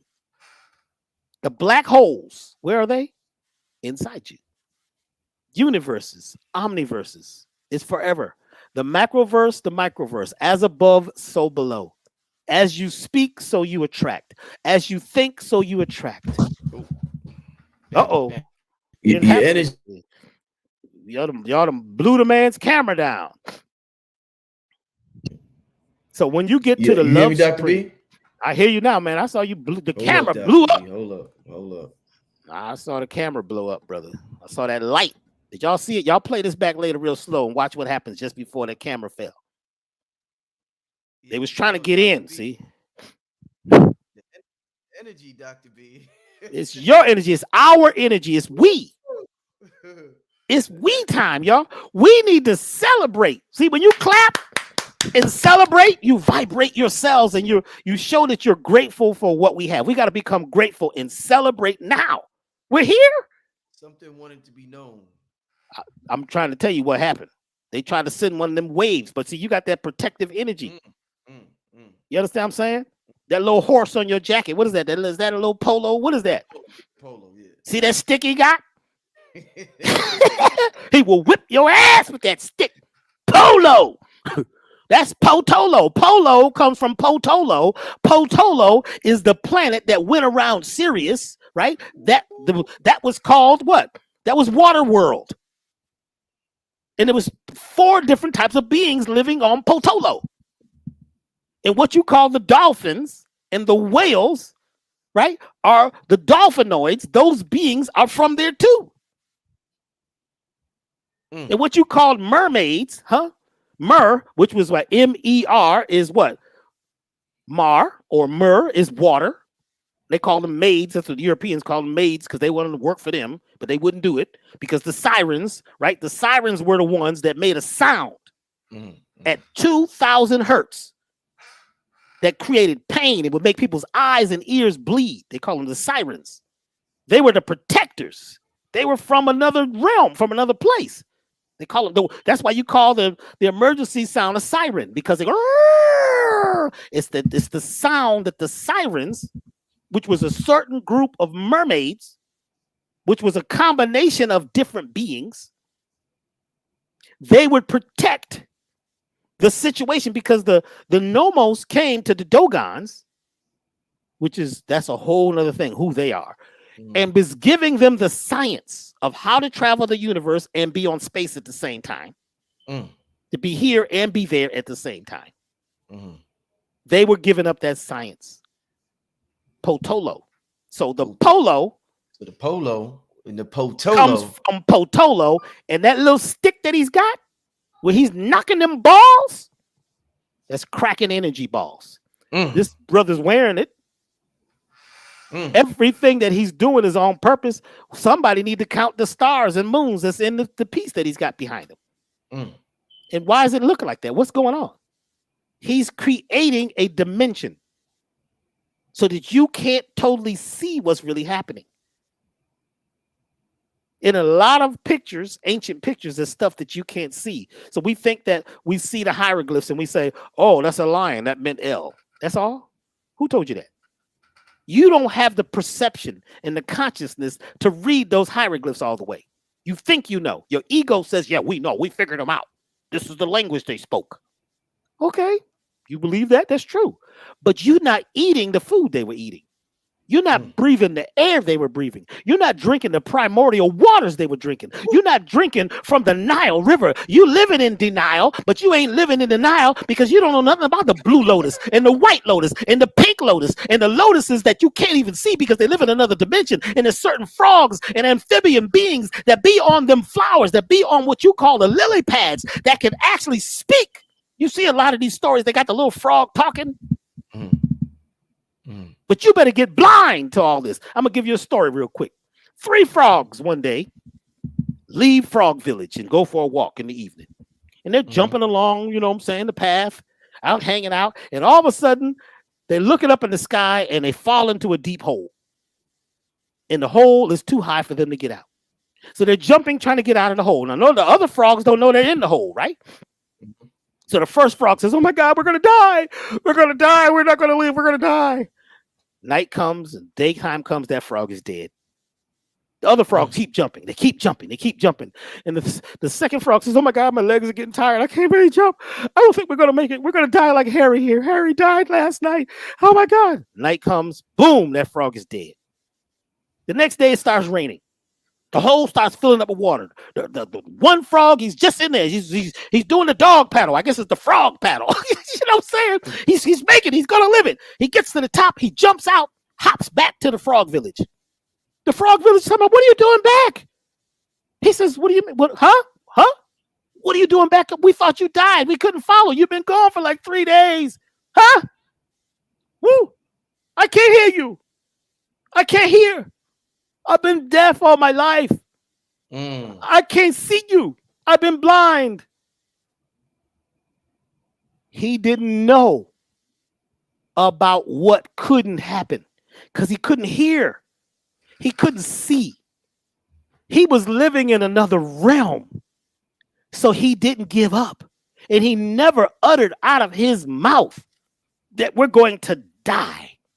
He never uttered that we are victims and that there was somebody supreme or somebody that was hurting us and beating us and struggling us to death. He was blind, deaf, and dumb. He created an idiom, a space. Meditation does it. Yoga does it. Fasting at certain levels does it. There's certain plants that could do it. And at certain times when you go in trauma, you get hit on your head and you have amnesia and you don't know nothing. And you start creating from no one thing. And you start tapping into the everything. And you become a co-creator. You tap into the data and the information and the potential of the godness. Because the godness is all waves of potential things to be, to come. But you have to co-create with the godness. Tap into the data, that information. God is information. But you got to have it. You got to have it. You got to be it. It ain't separate from you. You're it. Mm-hmm. But when you got it, but first you got to get blind, bro. Deaf and dumb. You don't know nothing today. Forget everything. Here we go. For 7 days, don't read no books. Don't get no more information. Just use what you got for 7 days. Just write down 3 things that you actually have that are natural talents. And for 7 days, just do that. Just focus on that. Act as if it's happening now. Be grateful for whatever you'd like right now. Feel it inside as if it's happening right now. Whether it's love, harmony, money, how much? Don't say $1 million. The tax is going to take half of that. Why you got to have a certain amount of money? You need to say, I need a certain amount of access. Friends in all walks of life, homes, cars, access. The cops pull up. Be grateful to be what? Cloaked. I'm cloaked. Don't start talking to the cop, trying to break him down, talking about you know the law. The law is he will pistol whip your ass. Yeah, oh man, I'm a such and such. Oh, I know you don't pull me over. My rights, I'm sovereign. Soulvern means you got a soul and you know how to be invisible. Close your mouth sometime. Just be silent.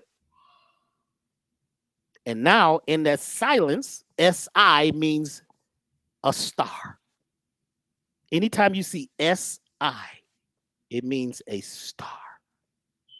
Even consider that S-I is there. It means to let the stars talk. You shut up and become a star. Focus on the sky. I don't focus on the sun. You know, people do this sun gazing. I do star gazing. I allow the stars to energize me. I don't know what's going to happen. I'm not totally sure. I'm going to go into the unknown. I didn't know what was going to happen tonight.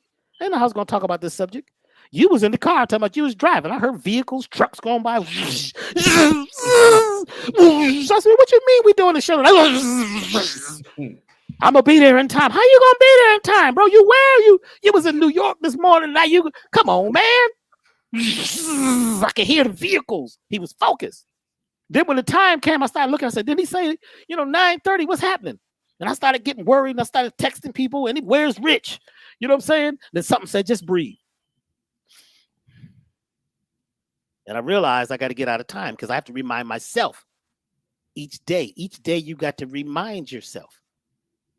You think you know it all. You don't know nothing today. Know one thing and move into the unknown. And stop accepting gifts that's not for you. The luggage may not be yours. Why are you carrying it? Empty your boat and create what we call displacement. A silent place. A bubble. And that's when the elevation time begins. Elevationtime.com. We got classes. We did the life transformation system 1 course is taking folks out of the universe. In fact, I'm probably going to need to do a class this weekend. So maybe Thursday night or Saturday morning, I may be doing a class. So get on the email list at elevationtime.com, and I may expand this a little bit more and give you the actual techniques. This is what I'm doing in the classes. That's the difference between these talks and the classes. In the classes, we're dividing the people who are really ready to do something and those who just want to get information and talk and dance. You know what I'm saying? So we have classes in somebody was asking me, do we have the platinum? It's back online. The platinum is there, the heaven on earth to help you relax your nervous system. And it's time. This is the time of no time. Your enemy is busy. They fighting from within because the old world has died on the cross. It's time for you to step to the next thing, the next place. But when you give up this world, the next one is up to you, but you got to let go. And that's the most challenging thing to do. But love, true love, it will get you there. I love you, my brother, your audience, everyone that's listening, everyone that's not listening. I have love for you. They say, what about the enemy? I love them too. You need an enemy so you can find out who you are. You need challenge so you can figure out who you are. You can't have black without white. You can't have all good. Talk about you just want peace. That's just a slice of things. I don't desire peace. I desire wholeness. However, that's got to happen. It's not going to look the same for me as it for you. And it's not easy to make this transition, this change, but it's simple. Once you learn the steps, put this foot forward, that foot, now do this, now do that. It becomes easy because it is the repetition. You see, it is the repetition of beliefs and feelings that got us here. So what we do is we start repeating something new. Just start off by saying, I forgive myself, put you first, my family, and others for imperfections. Then step into the next realm. Once you start forgiving, and that could be your mantra that you're saying, forgive everybody, even your enemies, forgive them. I know it's hard because you said, no, they did it. You think they're controlling things? You really think the people that did this thing was doing something to you, or were they doing something to themselves, or that's just for something for you to learn from? So you can recognize it. Sometimes you need to be able to recognize it so you can separate that thing. But when you get into this place, a space, a sacred place, when you can breathe, and this is what the detoxification program does. When you get out of get rid of them parasites and parasitic ideas, excuse me, parasitic entities, parasitic activities, because we got you changing your rhythm so that your oxytocin, which is your love hormone, and your serotonin can meet and create intercourse. Intercourse is a new course where several things come together and create orgasm. Orgasm is when things are reorganized. That's how you reorganize the system. That's organics. That's organic. That's what organ, the energy that's wrapped around the planet. And that's what gold, oro, is gold. It's about being. And when you become it, by doing it, you can have it once you're grateful in advance. Elevationtime.com is where you find Dr. B. Listen, these shows just keep getting better and better, family. I mean, this is amazing. Can you hear me, Dr. B? Can you hear me? I hear you loud and clear, my Okay, brother. because that's a little early. Okay. I mean, this is y'all can't front. Like, since this brother has been on here, like, it's amazing the levels we keep taking these shows. This is some amazing shit. This ain't normal. Don't think what y'all see going on now with my channel and the metaphysics and what me and this brother, this ain't normal, family. This is oh man, this is amazing. So I'm thankful to be a part of this. I'm thankful to be a part of this. You got it, Doc. You want to say something before we get out of here? I'm thankful for you. And, I'm asked all the time if I agree with other people who in the metaphysical world or the herbal world or the holistic world. Listen, anybody that's doing anything to help people, I'm good with. It's not about disagreeing and who's better. I don't watch verses. They're gonna put people up against each other. That gets rid of creativity to me. I mean, you know, I love this artist. I love him. Mm. You see, anything that is helping right now, if it's helping you, it's good. Mm. We got to have love and respect for everybody. We could all work together. We don't have to agree. Facts. Don't ask me whether my stuff, how does my stuff compare to somebody? I don't know nothing about their stuff. I'm minding my business. I don't know what the other businesses on the block are doing. It's great. I love all of y'all. People say, well, how you feel about brother such and such? Seems like he disagrees with you. Thank you for disagreeing with me, brother. I love you. When somebody disagrees with you, say, wow, that's interesting. That's something to consider. That means to take it under the stars. That's great. I apologize if I said something to make you feel a certain way that you don't agree with. You see what I'm saying? Maybe you're right. That doesn't say that they were correct. This is that you're righteous in your own condemnation or your own belief system. Mm. Don't argue with folks. Don't fight with them. Facts. Let them have their situation. Yes. If they're crying, let them cry. Crying is good for the soul. This is what my children's mother used to tell them when they was young. They would be crying. Oh! She would say, cry. She made a song, crying is good for. She would be going around the house singing, crying is good for the soul. This woman is crazy. Well, you got to let the children cry and let that emotion out so it doesn't get locked up. You got to let people go off and go crazy and cuss and scream sometime to get it out. Mm. Shout it out. Mm. So you can get back to your space.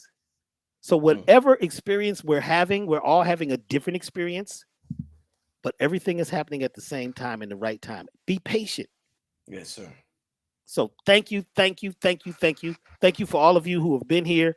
And my highest choice is that those of you who are getting something, actually use it. Try it.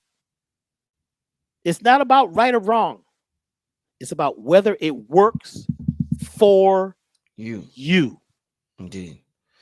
And on that note, that's the perfect way to end this, family. I want to thank everybody. We still got about 3,500 people in the building. It's midnight, so y'all must really be enjoying this broadcast. Make sure you go to elevation.com. Elevationtime.com.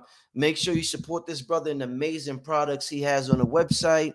With that being said, this is Brother Rich, Dr. Be Serious. Family, we getting out of here. Peace. Travel light. Yes. See you next time. All right.